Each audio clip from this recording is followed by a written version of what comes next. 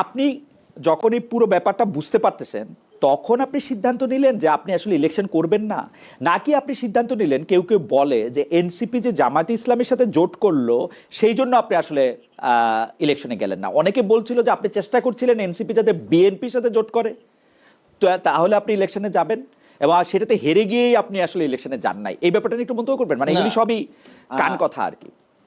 আমার চেষ্টাটা ছিল এনসিপি যেন এনসিপির জন্য যেন এই যে জোটের প্রক্রিয়াটা, এনসিপি তো প্রথম দিক থেকেই বলছিল যে হুম, এনসিপি ওপেন, হুম। তারা বিএনপির সাথেও যেতে পারে, জামাতের সাথেও যেতে পারে। চা মানে লাইফটা ভরপুর, চা মানে ইস্পাহানি মির্জাপুর। তা এনসিপির জন্য যেটা বেস্ট আউটকাম হবে সেটাই ছিল আমার ব্যক্তিগত অবস্থান।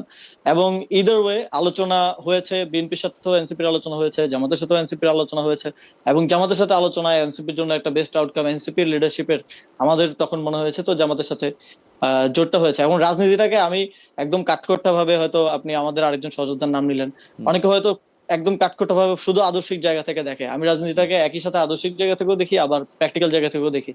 এবং আমি মনে করি যে এই জোট প্রক্রিয়াটা এনসিপির জন্য একটা প্র্যাকটিক্যাল ডিসিশন ছিল, এবং বোথ এনসিপির যে রাজনৈতিক অবস্থান, সমসাময়িক বিষয়ে, সংস্কারের বিষয়ে বলেন, গণভোটের বিষয়ে বলেন, সেই জায়গা থেকেও এনসিপির জন্য that was a good direction to go. NCP যদি আজকে বিএনপির সাথে থাকতো তাহলে এনসিপির আসলে মুখ দেখানোর উপায় থাকতো না, যে এই গণভোট এবং সংস্কার নিয়ে যা হচ্ছে।